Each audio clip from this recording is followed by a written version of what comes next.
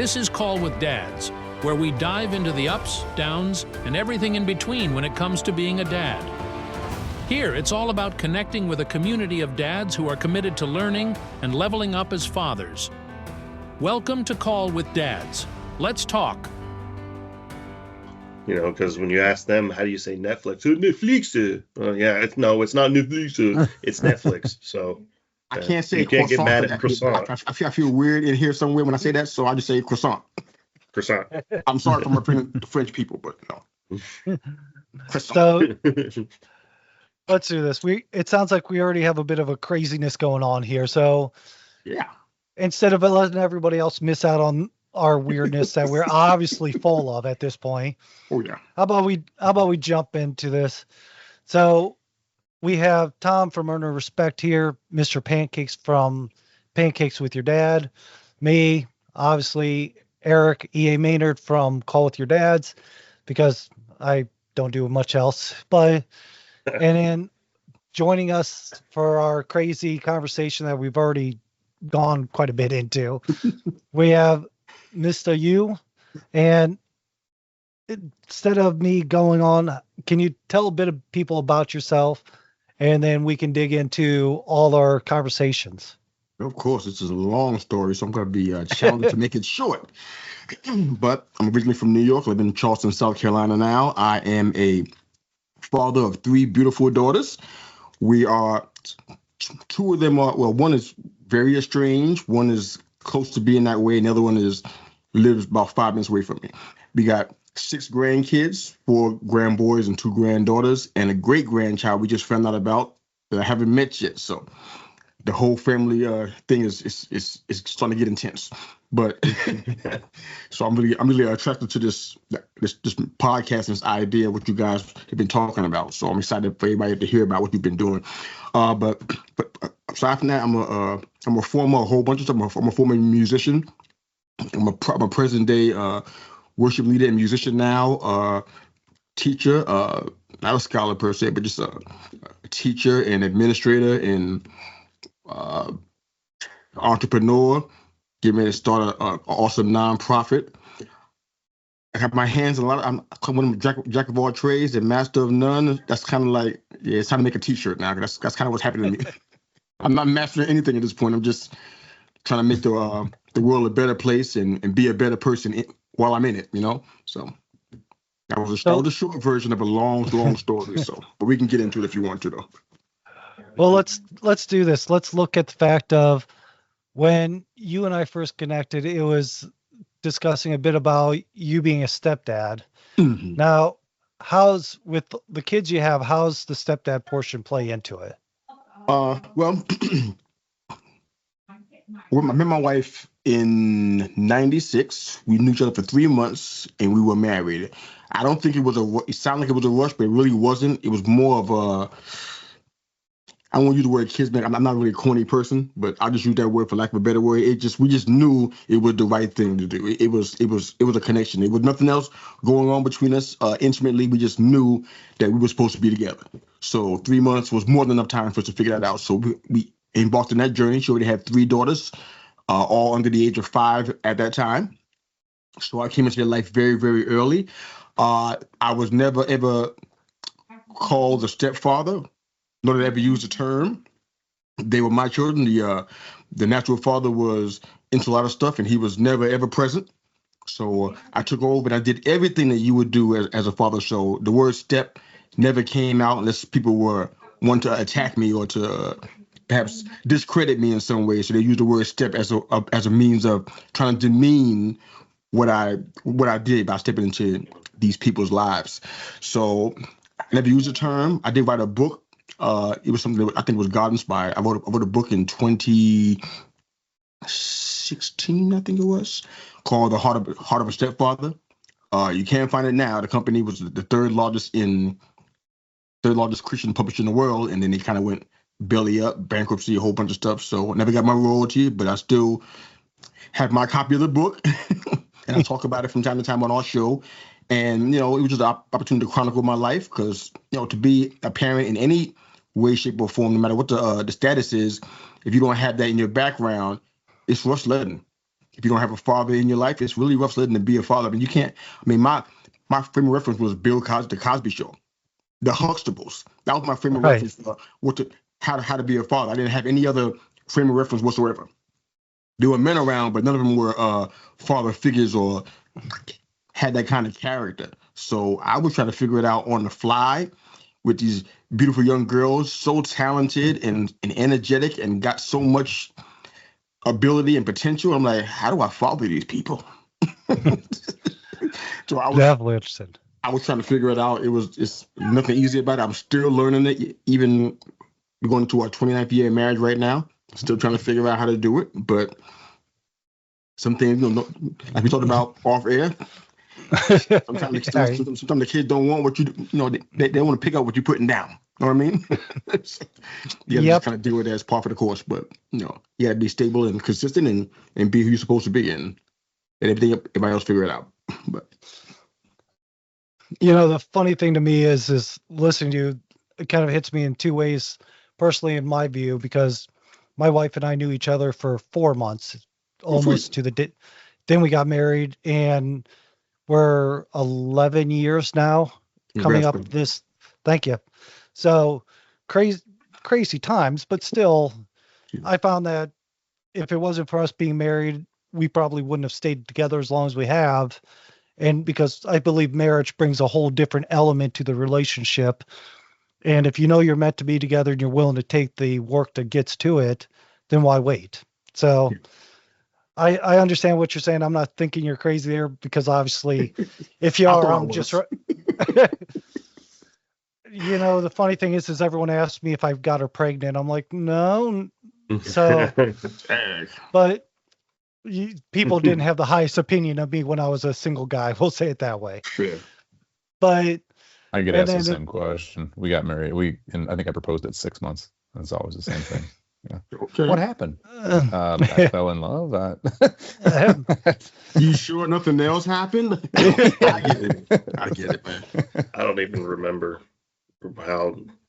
I know that we got married. I was in Korea for a year, and it was my last 3 months when we finally decided to get married. And when I got back, it took us about 2 months to get married. At that point, prior to that, we had been together for about 4 or 5 months, and then I went to Korea. So we were together about a year and a half prior to actually getting married. But I was in Korea for a year, so it was kind of like long distance kind of for a year, which not so much. But the funny thing is when my wife is actually of Korean descent. She's not Korean, but she's of Korean descent. So when I first got back, like everybody was like, "Oh, you brought one back with you, did you?" Jeez. Wow. Like, no, she likes football. She's American. She's from Michigan. So. People love to make assumptions. Say the darndest things. People love People are nuts about that. But the other thing that gets me is the stepfather side of it, because like you said, you don't use the word step. And like for me, I grew up where my stepdad, he was more in my life than my biological father. And he tried to have my biological father and I have a relationship, but it wasn't really positive for me to have that relationship. Yeah. Where my stepdad, Paul, he was the one that, hey, do this, don't do this, stop messing off, all this stuff, So when the key benefits I find I learned in my life, a lot of the manhood things came from him. And my biological father was more of, this is not who you want to be. This personality, this way of life. I mean, he made money. He made good money, all this stuff. He had nice stuff, but once you get past the material things, you realize that's not the kind of life you want if you have to be a miserable person and angry and all this stuff. Yeah. So it was kind of just an issue that I'm like, I find my stepdad gave me more to go off of than my biological father. That's kind of what attracted me to when you said you have the reluctant stepdad issue that you started with, and as you just said, you're not a stepdad, you're a dad. So I kind of can understand that full-heartedly. Yeah. I had a stepfather as well. My dad, my real dad, was in my life. But he wasn't a bad guy. He just wasn't in my life because of my mom. Because my long story short, my mother is currently in prison. She's like the most wretched human being on planet Earth. It's just how she is. So, and my stepdad, for many, many years while growing up, my mom made my stepdad to be out to be like some martyr, very violent, mean, so on and so forth, which it turned out, as I'm older now, he's not. He's a super nice guy. And my dad, she made him out to be like a loser, stuff like that, which now I look at my dad, and he's not. He's a super nice guy. He multiple businesses, stuff like that. He's just like a serial entrepreneur, makes money. And the majority of his exit from our lives growing up was my mother's fault. She kind of made that happen and made it look like it was his fault. My stepdad was a little bit more aggressive, but my mom made it seem to be much more than it really was. He did spank and stuff like that, but he never actually hit us or did anything like that. So she just made it seem like that all the time. Although one time my stepdad, I mean, the people can't see it, but you may be able to see it. I got a scar somewhere like right here. My stepdad backhanded me with a pair of large pliers, not on purpose. I was going to say. My mom made it seem like it and told everybody it was on purpose, but it was actually an accident. He turned, he just happened to have him in his hand, and it cracked me in the head. I think I was like 5. Yeah. That's about the only thing that ever happened. But Yeah. my stepdad was a good man. He's still pretty good, man. I still talk to him now and then. It's rough sledding, man, because it just kind of just feels like, people who step into situations where there's a void like that become scapegoats for stuff. I'm like, okay, before it's kind of like simple mathematics. It was 0, and now it was 5. I'm like, okay, which one is better, the 0 or the 5? I'm gonna give some credit to what's actually happening, what's been done, what's being built, even if it's not to the level that you imagine it in your mind, that you fancied it. At least give credit for what's been done. It's like, I wrote that book because I'm like, shit, that's not what's happening. These guys are getting they're getting scapegoated for a lot of stuff, and when people like the other spouse feels as though they find a other person expendable or they want to get an upgrade, you know what I'm saying? You hear all kinds of this to discredit and disfame. It's like, it's not even cool, because in all that's going on, nobody's thinking about the kids. Right. So I got a question for you, Yusef, about that. Sorry, I had to change locations in my house. It's kind of a chaotic day in the household here, but I wanted to be here to talk with you guys. But so talking about the idea of stepfather, like I don't know what the dynamic was in your household when your 3 daughters were young. I don't know if they knew that you were their stepfather or what. I assume they did know that you were the stepfather, not the biological father. Yes, they definitely did. Is that correct?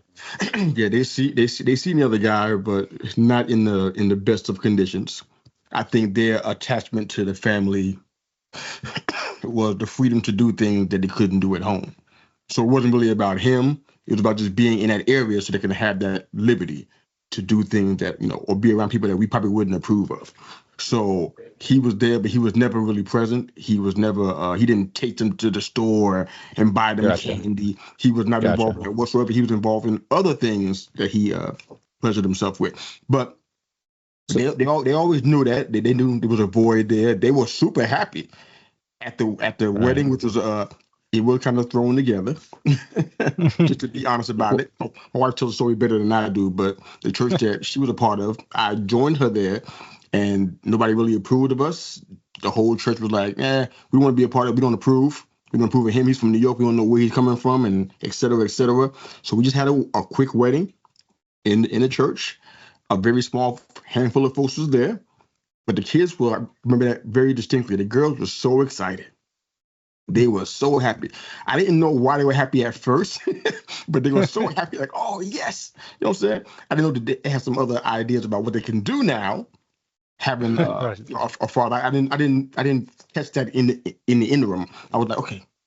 So I was just happy to be there and be a part of this and be a part of their lives and them a part of mine. So they knew, to answer your question, Tom. They just So it sounds like I mean, that is kind of like one of the best case scenario situations, right? They were happy that you were there and present. But my question is this. So I know it would seem to me that as a stepfather there seems to be some like maybe a lack of credibility that a biological father would just naturally have, right? In that position. There's the, oh, you're not my father type thing, right? So so to any of the stepdads that are listening, or even in your own journey, like, how did you combat that? How did you counteract that, like, kind of lack of credibility as a stepfather? Okay. Great question, man. I think most of that came from the people who were on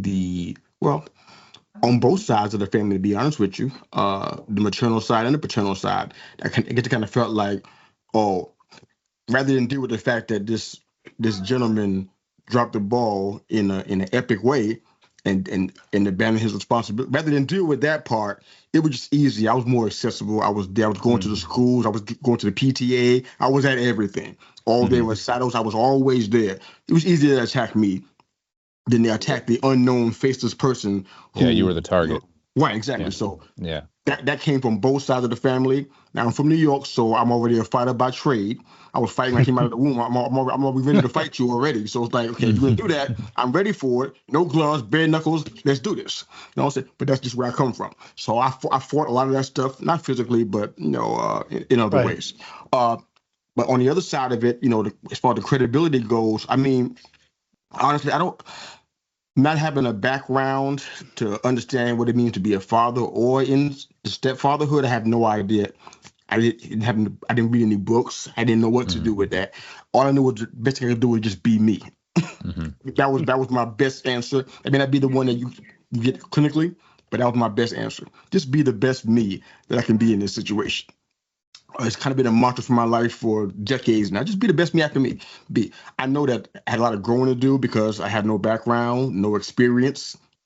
Everything I seen from my hood was awful. So I'm like, I don't want to do that, or that. So I was just trying to figure out how do I do this in a way where I don't hurt these beautiful, creative people, and I foster their growth so they can become, who they need to be, president or CEO of a company or whatever they're going to grow up to become. So I don't know if I really have a great answer for that, Tom. I just kind of feel like I had to just try to be me and all this stuff, try to learn from my mistakes, learn when if I'm going too far with the discipline, or if I need to back off and have a little grace and understand the mediums, know when they're playing us against each other, just understand what's happening and just be aware and learn and make adjustments and not just be so rigid that I can't see that, maybe it's time for a pivot. So I think, I have a little bit of an answer for you, Tom, on that with how my stepdad did it. Okay. Because me and my brother, we had a sister that was his, but me and my brother were not his. So he was our stepdad, but not hers. So that lack of credibility, like you talk about, could have been there, but it actually never ended up becoming part of our thing. And one of the ways I think, and I don't know if he did it specifically, like he thought about it prior to becoming a stepfather, or if that's just how he was. I never really discussed that with him, but the way he held his credibility with us as the authority figure in the house, the father, stuff like that, is he was never off his game. Never. I never caught him off his game. Not once, not ever. Didn't matter. And one of the things was, if he said it, it was true. It was done. You know what I mean? So if he said, you do that again, I'm going to whoop your ass. And it did. And he only said it once, and once every time for the entire time that I knew the guy. He never, not once, said anything or told me not to do something or yelled at me twice. Not once. If he said it and I did it again, he did exactly what he said immediately, every single time. And I mean, I know him to be true to this day, to still be like that. Granted, he's, I'm 40 years old. He's no longer an authority figure for me, but still, his personality is still like that. So I would say that's how he did it. I'm not saying that's how everyone does it, but his credibility came from the fact that he held credibility all the time in his own self as a man. Okay, if I add something to this, is that all right? Of course. Yeah. I didn't think about this as being credible. Like I said, my whole motivation was just to kind of be authentic and do me. But something you said triggered something for me. One of the things that it was, I don't know what year it was, but it was very early on. I recognized it was something that was, I guess it wasn't a father and daughter dance, but it was something that, you want to invite the family to. I just don't remember if it was a graduation, what it was. And I think they put to go down one weekend to spend time with him. And he no-showed them. It's not the first time, but it was the first time that I saw it. He no-showed them. And that was my first time seeing them react in a way, I guess, that where they seemed to be hurt by it. Mm-hmm. So it wasn't because of this, but it kind of added a little fuel to the fire while what I was trying to accomplish. And I realized that, okay, the void that they had because he didn't show up, because he wasn't present, because he wasn't, I mean, he could have been a part of their life. It wouldn't have hurt my feelings. I wouldn't have been trying to oppose it. As long as you're keeping all the extracurriculars out of it, and you're not putting them in danger, I'm good with it. Go ahead, man, do you. But for me, I think one of the things I want to do was make sure I loved their mother in front of them. Mm-hmm. Not that way, the other way. Sure. Understood. and kind of show them, that this is what it looks like, and what it's going to be, and what we believe is going to be for you when you grow up and have a husband. This is what it's going to look like. To have a stable, loving marriage. I ain't going away for hours at a time. I'm coming back. I ain't going to store get some cigarettes and never come back. I'm coming back home every night. I show up. I say that's one of the best things you can do for your children is to love their mother. Yeah. It's fascinating because listening to you guys talk, there's kind of two things that I've kind of picked up on. Is one, it almost seems like if you turn the question on its head, right, being a biological father, that natural credibility that comes along with it could easily be used as a crutch, right? Whereas as a stepdad, you don't have that opportunity. You have to stand on your own. And it kind of goes back to a core principle of my own personal philosophy, is the idea of being a man of high character, and kind of everything falls into place beyond that. It's like a domino effect, right? And so you touched on that too, being a stepfather. If you're a man of high character, you kind of naturally develop that credibility. And what you talked about, Yusef, with him not being present, he's a man of low character. And so inevitably he actually created a vacuum in their life that you were able to take, I don't want to say take advantage of, but that you were able to utilize to your benefit, right? Where you can kind of step in and fill that space. And now you become the representation of a good father, right? And it doesn't come from bad mouthing him. It just simply comes from stepping up when he doesn't. Right. Yeah, it never happened. I think bad mouthing would one word cause about a it. reverse effect. I never said Right. one bad word about it. I mean, and Sure. I had if I was a kid, I had material. I could have had a comedy routine last me 10 years. So about his life, if that's what it was about, I never used it. I never used what I knew that they didn't even see some stuff. Yeah, I knew stuff they didn't even know about. I never used it. I never said it in front of them. Never, ever. Yep. You just waited for him to slip. You knew it would happen, and when it did, you were there. I just wanted to be there, period. I didn't care what they slipped and stood. Right. I was there. That's all it was about. It was never a competition because honestly, there really wasn't one. Yeah. That's fair. Mm-hmm. So let me ask you this, because going into an instant family, because that's what becoming a stepdad without kids is going into an instant family. Sure. You went from all a peaceful, probably a peaceful apartment, quiet, all this. Yes. Well, I don't know what kind of craziness you lived beforehand, but you would be able to. Well, I understand that, but the comparison, roommates, you can at least tell where to go. Kids, you don't have that option very often. Fair. At least, so going from crazy roommates, crazy wild times, bachelor life, to instant family. All the differences, all that comes to that. I know you probably went in with a mindset of this is the things I have to get ready to deal with. What was it that you found was a surprise to you that you didn't really expect to be? Because like for me, as a dad that's been there from birth to my oldest is almost turning 7. Oh, wow. I've gotten used to, and mind you, I'm still going, I'm an old dad, I guess is what I've been called, but because I'm 45 or so like that. But the fact is I've gotten used to, because I've been working with them since day one. So it's not like I'm instantly jumping in at this point where, like, when my mom comes to visit, she's thrown for a loop, even though she's raised my brother and I, because it's completely different dealing with my son and my daughter. So just jumping in from the point that you did, what did you, I guess, realize or find different for what you're used to, what you expected, and what was reality? This is a toughie, but it's a good one. My wife would love to hear this part of this, because she loves me to own this in front of other people. But I'm gonna own it today. It's public. It's live. But I think one of the things that I didn't realize, and I really didn't figure it out until probably about 10 years ago, which is not a great thing. I'm already in my mid-50s already, so I'm like, I should have already conquered this already. But I had trust issues that I brought into this. I didn't realize that I had that. I wanted them to trust me, but I was like, I didn't have any secrets, but I was like guarded about certain things with everybody in the household. I didn't realize, I'm like, and then when the kids got older and left, and some left early because they just couldn't take our household of discipline and spirituality and et cetera, and rules. They couldn't take all that, so a lot of them left early. But I didn't realize when it was just me and the wife here that I'm like, I'm still guarded.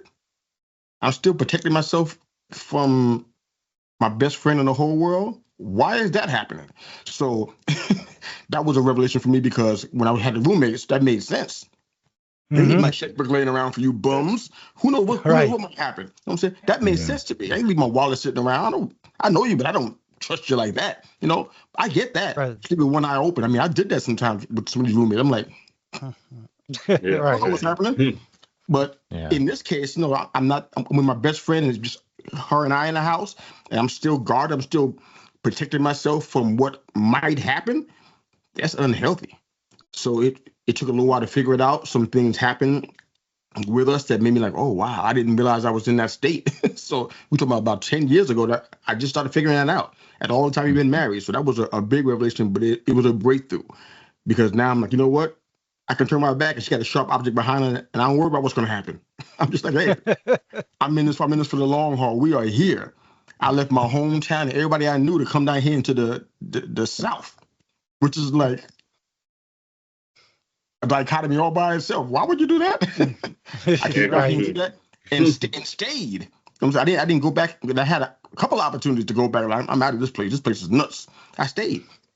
So it was just just about recognizing that, when you love somebody and you're all in, some of it's blind. You don't know what's going to happen. You can't see the future. You just, I'm here.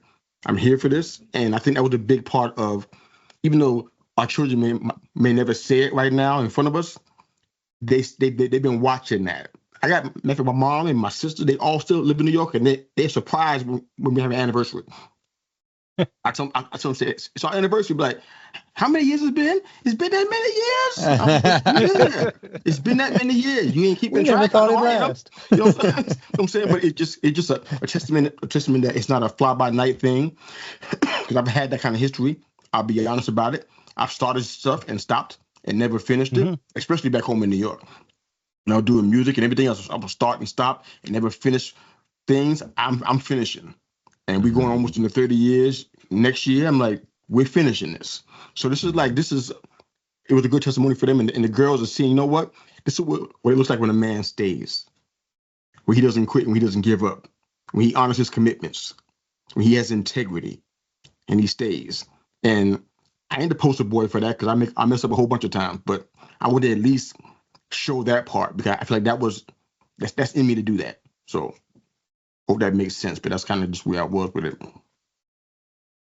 Makes sense to me. Now, okay.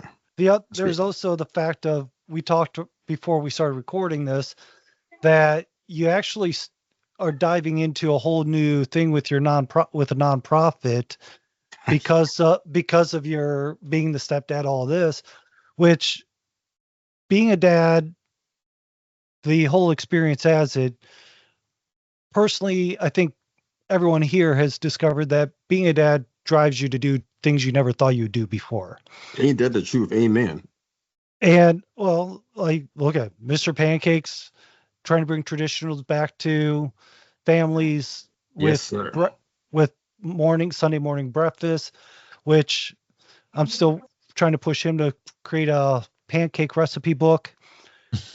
Tom, earn her respect, bringing men back to being respectful so that their wives respect him as much so that he has a good family.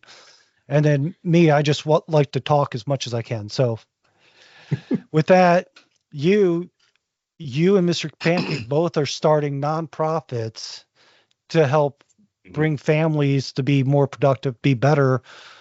How did that happen for you? What actually clicked in you that said, I have to create this? Well, part of it came from a dream. I've always had an affinity for the next generation and want to see them come up. I was a former life coach and business coach for several years. I had my own practice and everything. So I was always thinking about the impact of our current actions and how it affects the future, and how we deal with the current if we don't deal with the past first. So I've always dealt with that kind of stuff. But it started with a dream, and we started seeing logos and designs. I'm like, I knew this was bigger than us. I'm like, we have dreams, but it was like, this was something different about this one. And what came out of it was Save the Children SC. Essentially, the nonprofit thing is in play. Mr. Pancakes kind of scared me a little bit with that number he dropped offline. I'm like, how much it costs to start application? Oh my God. But yeah, so I'm still going to do it somehow. It's a pain in the butt. I'm going to figure it out, but because I think it has to happen. I was trying to go outside of the 501c3 route, but I don't think I can avoid it. So I think because of the magnitude of what we're trying to do, so we're going to bite the bullet and step into it. But you can get a nonprofit and have a nonprofit without the 501c. You just get a normal EIN. Yeah. But you have to pay taxes. So every time somebody donates money to you, you have to pay tax on it. So if they give you $100, you have to pay $22 or whatever the tax is, whatever the tax rate is on that. So that's why you get the 501c. And you got to read about 501cs because, I mean, there's a laundry list. So there's 501c3s, and then there's 501c4s. 3s have a laundry list of all, like, probably 200 different styles and different things to do. And the 501c4s are all designed specifically for, like, education and churches. But you have to read because there's another laundry list of like 300 different ways and whys you can do it. And you have to select just the right one and pick the right one. And you can call the IRS and ask them about it, and they'll help you, supposedly. But it's a nightmare. Yeah, I need help, but that's why I'm taking so long doing it. Yeah, I need help with that. Just being fully transparent. Yeah, I'm not good with that kind of stuff. But basically, the idea was to promote several things. I mean, life skills, because I see so many young people who just don't understand simple things. We talked about a little bit of that offline too. Right? They don't get it. Stuff like financial literacy and how to treat a lady and vice versa. It's like they don't have it, and they feel like it's deteriorating real fast. And I'm like, I know one person can't stop this. Train that seemed to be on the tracks rolling, this locomotive. But I want to try to. Not only do they not have it, they're being confronted with the exact opposite. Without question. So what we're trying to do with Save the Children SC is to try to promote, what it means to restore family values, traditional values in some ways. Right. They are biblical and spiritual and conservative in nature, but that's where we are. That's just what it is. So we're trying to just get that going. It's a work in progress. The website is live right now, SaveTheChildrenSC.com. It's already up. The camps and the skills classes are in progress. We're not there yet, but we're working on that part. There's merch out there too on the site. I'm not really concerned about the merch so much. It's just a way to kind of just support what we're trying to accomplish and send the message out, word of mouth and everything. But everything you guys have been talking about in all three of the stories that you guys shared with me today, all those things are the kind of things that I'm shocked I'm sitting here on this panel with you guys today. My mind is blown. I'm like, you can't create this kind of situation. You guys might think it was chance. Oh, just lucky. Oh, he found me on match. No, that's not what happened. This is bigger than that. Because everything you guys are talking about is exactly something that we're trying to accomplish through Save the Children SC. There's nothing. It's not separate whatsoever. It's a lot of synchronicity in this. So I'm excited about that because I want to support you guys as well. So I have a question for you. Yeah, no, you're good. So with your the idea that you're coming up with your nonprofit and stuff, the things that you plan to do, do you so I guess it's a multi-part question. Do you intend to just be for like any type of parents, normal parents, or do you intend to focus towards step parents, connections, or biological parents, or just both overall? The reason I ask is, I mean, and I'm going to play devil's advocate here on the negativity towards step parents. There is the whole idea of the Cinderella effect. That it's a real thing. The Cinderella effect has been studied. There's a few studies I was reading about it, where they say that the number one predictor in child abuse is whether there's a step parent in the home or not. And if there is, that means there more than likely will be. Now, there has been several studies. The majority of the studies are done by the exact same people, so you can almost guarantee there's some sort of bias, So it doesn't necessarily mean that it's true, but they say the first one was like 7 times more likely for child abuse, and this was done in the 70s. And then they did another one a little bit later, like in the 80s, and it was in the 40s, like 40 times. And then they did another one later on, and they said today it's more so closer to the hundreds. It's 100 times more likely to be abused by a step parent.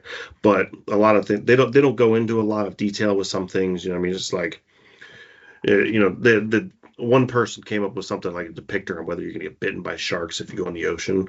They do the study on all the people in the ocean, and they say, well, of course, those people got bit because they were in the ocean. So you take this amount of people, and so many people were in the ocean. Well, they don't count all the people that weren't in the ocean. You know what I mean? Right. So sure. It's the same concept. So there's definitely going to be a solid bias. But I know the NIH, the National Institute of Health, granted their credibilities in the toilet today. But I wonder why they did one as well. So they also did one recently. So that was my question. With the Cinderella effect and the whole ideology behind the Cinderella effect, negativity towards step parents and abuse and stuff like that. Do you intend to work towards like maybe getting step parents that are having that trouble, families that have that trouble, and maybe connect them a little bit better, find ways, doing, like you said, doing in-person things like little classes or what you call them, where you get the families, the step parent and the child, to actually connect, because I think that's one of the largest things that they were saying is the problem. The step parent doesn't have a connection to the child, and then when the child, obviously being 10 years old, like whatever, I don't want to clean my room, you know what I mean? So I don't know, this kid's freaking jerk, so first thing you do is smack the crap out of it and say, stop. So I understand. Yeah, I understand where the idea comes from, but they don't have a biological connection to their child. So I guess that's where that ideology comes from. So okay. I was just curious about your. No, that's an awesome question. I'm doing my best to try to answer. Hopefully I'm smart enough to answer that question. That was a really intelligent question. What I tried to do with the site, if you look at it, you could kind of see some of the wording. It's not anything sinister about it. I try to have the wording on the website to be general enough for us to have the room to expand and to do things within that without being too specific, and then I'm trapped in that language and I can't do anything. Right.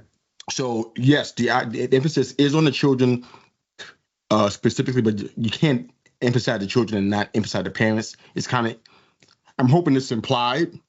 I'm gonna be able to say that specifically, but I think it's kind of implied. Children, I mean, aside from Little Rascals, kids don't walk around without adult supervision very often. Then they'll go to the store and jump on buses and trolleys together like Little Rascals. Like, where's your parents? So that's weird. But, so it's implied that I want them to be involved in the process without question. I can't really ignore the step parenting part. I feel like I'm not being loyal. Because what I went through, I mean, honestly, I wrote the book. If you read, you can't read the book now. I'm working on trying to get that put out again with a different publisher. But a lot of it was hell, just to be honest about it. I went through hell with that situation. So there's no way I can ignore people who are in that situation right now. I got to include them. It wasn't even an afterthought. Yeah, I got to include them. If you now we do have the right to decline working with some parents if this is a situation that we don't really agree with. I'll let you deal with the understanding behind that. We can talk about it offline. But there's some things that I can't coach and associate with because I don't really agree with what you're doing and how it impacts the child. So yeah, we have the right to. We reserve the right to not be a party to that. But beside that, yeah, I mean, the parents and biologicals, yeah. I mean, this is something I want them to be involved with because these kids are going back home with you. I need you to understand what they're learning. I mean, they learn something in school, and who knows what they're getting. I mean, the new math. I don't know what they're learning right now. You know what I'm saying? Common Core, and I mean, you name it. They got stuff going on out there. But I want you to be a part of this because I believe this is the kind of stuff that this is life skills that not only they'll learn, but it can be passed on. You can teach the toddlers coming up when they're old enough to understand. They can learn the same things too. So I hope to answer the question. That was, like I said, it was a great question. I think my answer was probably less than what you might have been looking for, but I tried to do my best with it. Did I touch it? Yeah. Was I around it? I would say more of an overall. You have the options to help with step parents as well as regular parents as well. That's good. Yeah. I have to. You gotta do it. I feel disloyal if I didn't because they're out there. A lot of people don't show up. It's not just fathers, mothers too. They don't show up for their kids. They're not present. And some people are single fathers. In the end, it's about the children every time. In the end, it's about the children. Yes, sir. That's one thing I tell my wife when we first met. Both of us were the same way. My daughter's number one, no matter what. Daughter's number one. We were both that way, and it took me maybe a couple of years to kind of realize, no, she's not. My daughter's number one, but she can't be number one in order to be number one. Unfortunately, it's a weird thought. No, but my wife is number one, and in order for my daughter to get the most benefit, my wife needs to be number one. We figured that out. In the end, it's about her, but right now it's not. We were in the worst challenge of our entire marriage before we figured that out. We were in a fire with gasoline draws, and we were in trouble. Right. Yeah, because you two fight when it's about the kid all the time. Yeah. The two of you fight. Yeah, we thought it was both about appeasing them, making them happy. Like, this is a horrible strategy. Yeah, and it's all about making the kid happy, not each other. And we were not happy. In the middle of our living room back in Colombia, we joined hands in the middle of the room and we prayed and we said, you know what? No matter what happens, me and you are in this together. I started this with you, and this is ending with you. It's me and you. I don't care what nobody else says about us. As long as me and you are on the same page, we're unstoppable. We can do anything. And that was a turning point for our marriage. If my wife was here, she would tell you the same exact thing. That one place right there, it wasn't the wedding ring. It wasn't it was none of that stuff. It was that moment in that living room. So you know what? We are under assault right now. Everybody's coming after us. And I mean everybody. Nobody was on our side about what we were doing and we were heading. And we said, as long as you and I are together in this, as long as you and I, we can't be stopped. We are unstoppable. And when that happened, we've been like a freight train ever since. We don't care what our kids say. Who lies about us? We don't care. I'm like, no. This is the United Front, and you ain't breaking through it. This is the tag team. This is the Road Warriors. We're gonna win. We're gonna win championships. If you get in the way, we're gonna mow you down. Simple. And when that happened, our attitude just changed. We were like, that's it. And that was a turning point for everything. So what you said, I love it, but they can't be number one. They gotta be number 2 or 3. Yeah. We had the same experience. In the end, go ahead. It's about the children. Yeah. Not now. Now it's about the husband and wife, and it has to be, because you got to think about it. If you two are arguing all the time, what's the kid gaining? Misery, right? So they're in turn not getting number one. And evidence. We had the same experience. We kind of realized that there's like kind of this beautiful aspect to marriage. I mean, at the end of the day, there's the old adage, you can't choose your family. Well, that is true, except for your wife. Your wife is the one family member that you have chosen, and there's a lot of power in that, right? And the most important decision in a man's life. Copy that. Oh yeah, easy. Yeah, easy. Yeah, and it's an agreement. It's you've made a vow, right? You have devoted yourself to this agreement with this woman, and I would say that, like, as a base level, right, when it comes to a man of good character, at a base level, if you cannot keep your marriage vows, then I think everything else falls apart. No doubt, I agree. Yeah. We've covered a ton of area here. I mean, it's just trying to think back of everything we've discussed. It's been a wide range from becoming a stepfather, becoming more than just as a stepfather, now letting the stepfather taking the step out of father, as you say you do, and then marriage, the 501c's that you and Mr. Pancake are having fun with. I need encouragement. Help me. So, I mean, AI, that's the best advice I can give you. AI. AI does answer. It'll kill us all, but it won't kill us today. Use it today, because it'll eventually kill us all, but we're not there yet. Yeah, I've used it to draft things before, draft rental contracts and draft it. It is very useful. Show me how to do that. Tell me offline how to do that, because so if you're writing your because you have to write your bylaws, and you have to write your articles of incorporation, right, for your, so you can get your incorporation. Yeah. And then you got to write that. Yeah, and then you got to write your bylaws for the nonprofit in itself. And the bylaws are they have to be specific, because if you know anything about nonprofits, you don't own a nonprofit. The public owns a nonprofit based on how it's designed. So as though most of you guys know, what's that news guy? He's James O'Keefe. He had that one Project Veritas. He was the founder and CEO of Project Veritas for like years, and the board pushed him out. It was his. It was nobody else's. They booted him. He's no longer part of it. You know what I mean? Wow. So it very easily can become not yours anymore. So you have to write in the bylaws very unique language, and definitely use AI to do that. Yeah. I'll be waiting for you guys' emails or texts to tell me how to do it.